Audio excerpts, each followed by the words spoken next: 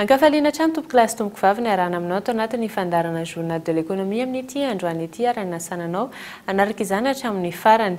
Somary afaka ny fandarana ao amin'ity androany ity ny resadresaka ny arahany tony andatsoratra ny fampalalam-baovao eto amin'ny Kolo TV FM Boasa Razanatsoa sy ny solotena maritry ny Banky Afrikana ho an'ny fampandrosoana no arahantsika ato anatin'ny fandarana. Resadresaka mikasika ny fiainam-pirenena sy ny famatsim-bola omena ny firenena malagasy no arahantsika avy hatrany. Monsieur le représentant, depuis combien d'années la BAD est implantée à Madagascar? Le bureau de la Banque africaine de développement a ouvert ses portes en 2006. Mais la banque a eu des interventions antérieures à cette date. Et la première intervention au niveau de la banque remonte aux années 70. Et c'était dans le secteur de l'agriculture.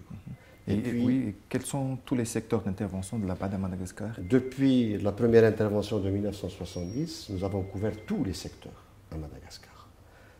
Les infrastructures agricoles, les infrastructures routières de transport, l'électricité, l'agriculture, la santé, l'éducation et bien entendu tout ce qui est lié à la gouvernance, les appuis budgétaires et tout ce qui s'ensuit. Est-ce que vous avez eu l'idée du volume financier que la BAD a apporté à Madagascar depuis? Depuis, le total fait que la banque a financé plus de 200 opérations au niveau de Madagascar pour un montant global qui dépasse les 500 millions de dollars. Pour à peu près en moyenne, comme on dit, pour 25 millions de malgaches, est-ce que ce n'est pas déjà assez très conséquent? Le financement est conséquent en volume et en nombre d'opérations. Mais ce n'est pas ça, de mon point de vue, le baromètre pour pouvoir mesurer l'efficacité et la justesse de ces interventions. C'est comment elles ont été identifiées, comment elles ont été mises en œuvre et quel est leur impact dans le temps sur la population. Justement, quels sont ces impacts à votre avis? Puisque jusqu'à maintenant, le pays n'arrive pas à se relever. Oui, de par notre expérience au niveau de Madagascar et même ailleurs dans d'autres pays africains, notre manière de faire, elle est très méthodique. Nous n'imposons rien au pays. Nous croyons, nous avons la conviction que Madagascar, avec toutes ses compétences, sont capables de pouvoir se gérer eux-mêmes. Nous sommes là pour pouvoir appuyer la stratégie nationale, avec notre stratégie au niveau du pays. Donc nous intervenons dans le cadre de négociations et de dialogue bien en amont de toute intervention. Quand on se met d'accord sur la stratégie, sur les priorités du pays, nous venons et nous identifions les projets qui rentrent dans ces stratégies-là, pour les secteurs prioritaires. Et la mise en place de ce projet-là, de ces projets-là, se fait en concertation depuis l'origine, d'abord avec les bénéficiaires. Donc nous avons une approche participative. S'il s'agit du domaine de l'agriculture, nous allons voir le terrain et nous dialoguons avec les futurs bénéficiaires du projet. Nous avons leurs besoins, leurs priorités, et c'est ça qui est transcrit et traduit dans nos projets, qui remonte, qui est instruit d'abord au niveau local avec les autorités, et puis au niveau de la banque. Lors de l'exécution, c'est exactement le souhait, en fonction des besoins de ces paysans, qui est mis en exécution. Et c'est ça qui fait qu'un projet a des impacts ou n'a pas d'impact. Et d'une manière assez globale, au niveau de Madagascar, tous nos projets, la quasi-totalité des projets que nous avons instruits dans ce pays-là, a eu des impacts plus que ce que nous avons prévu au départ. Mais est-ce que vous constatez des corruptions au niveau de la gestion des projets que vous financez? Oui, le volet de la corruption est un volet d'abord général, mais au niveau de chaque projet pris individuellement, quand on instruit une opération dans un pays comme Madagascar, nous nous dotons de l'ensemble des garde-fous pour éviter qu'il y ait des dérapages. Je ne dirais pas que c'est de la corruption, parce que les finances de la banque sont tellement regardées, tellement maîtrisées, qu'ils ne peuvent pas permettre à ceux qui veulent détourner les fonds de le faire facilement. On se rend compte très vite parce que nous avons un suivi périodique de l'ensemble de nos dépenses, un suivi de l'ensemble des réalisations sur le terrain et des audits annuels.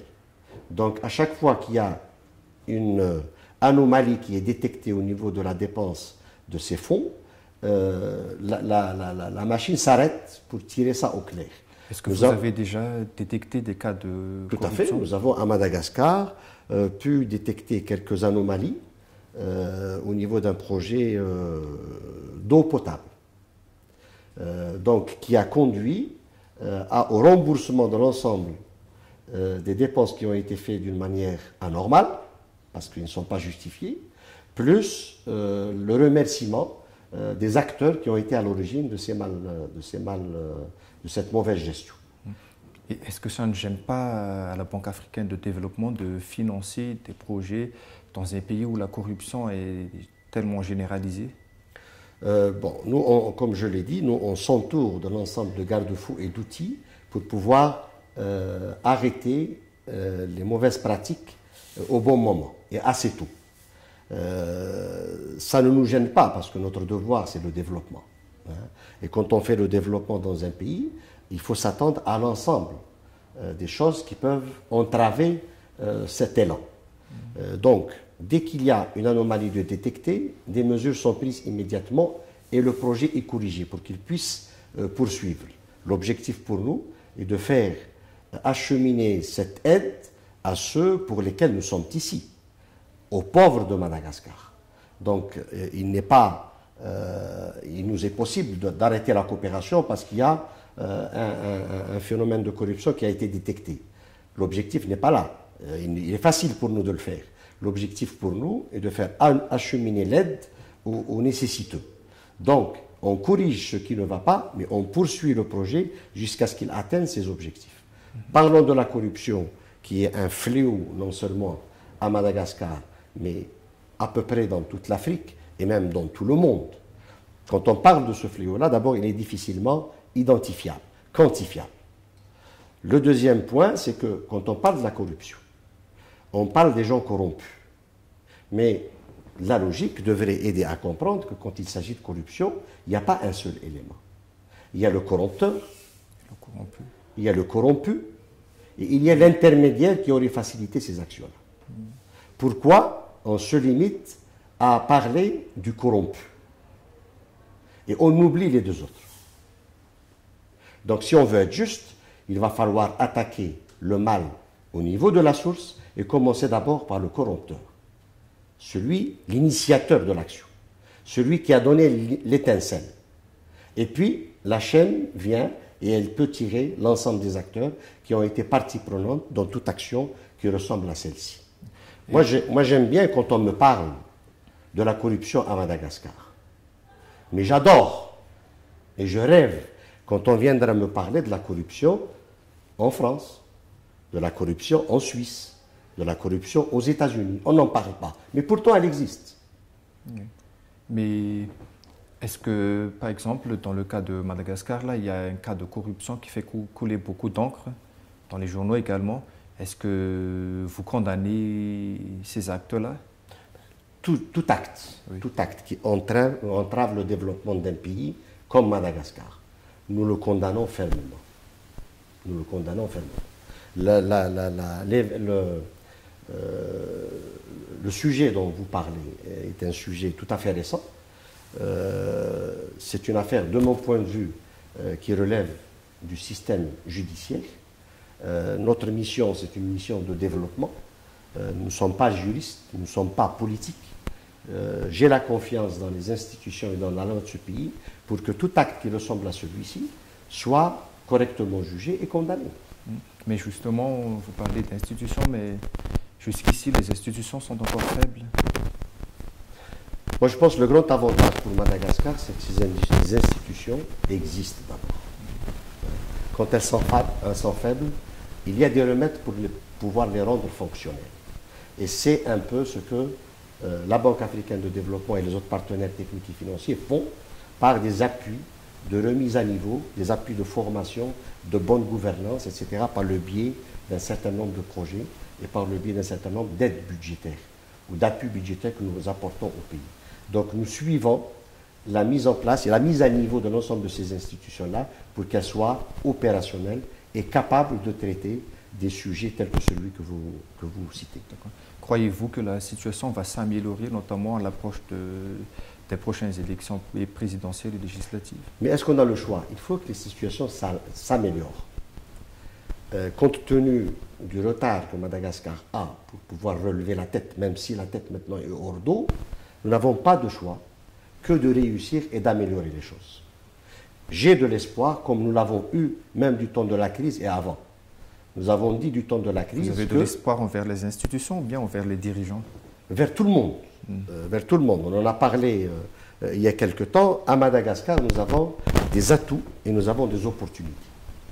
Et nous avons un capital, et même des capitaux. Le premier capital, c'est le capital humain. Madagascar n'est pas en faillite en matière de compétences humaines. Nous avons un capital humain considérable. Nous avons des atouts et des opportunités que le pays nous offre naturellement. Donc l'ensemble des ingrédients est présent. L'exemple par analogie que je donne, c'est qu'au niveau de Madagascar, nous avons tous les musiciens qui sont là et qui sont présents. Nous avons tous les instruments de musique qui nécessitent à un orchestre de produire quelque chose. Donc, l'ensemble des hypothèses et des ingrédients est présent, mais on n'est pas arrivé à produire une symphonie. Donc, il faudrait que tout le monde s'accorde pour pouvoir produire cette symphonie, qui n'est pas un slogan et qui n'est pas un rêve. C'est un objectif et c'est une possibilité tout à fait réalisable. Mais il faut aussi que le chef d'orchestre soit bien compétent également, qu'il a une vision de la musique qu'il va produire. Tout à fait. Moi, je pense que la vision, le solfège qui produit cette symphonie-là, c'est le PND. On a eu du mal, depuis le départ, à le mettre en place. Il existe, il est approuvé et reconnu, non seulement par les autorités malgaches, mais également par la communauté internationale. Il faut maintenant passer à l'acte et passer à la production et à l'exécution de l'ensemble des objectifs que nous avons tous à valider et inscrits au niveau de ce PND. Encore également que la corruption, la lutte contre la corruption soit également renforcée. Tout à fait, mais je vous ai dit que nous sommes à cheval, nous nous sommes mis tous ensemble pour pouvoir aider les autorités à lutter contre ce fléau-là.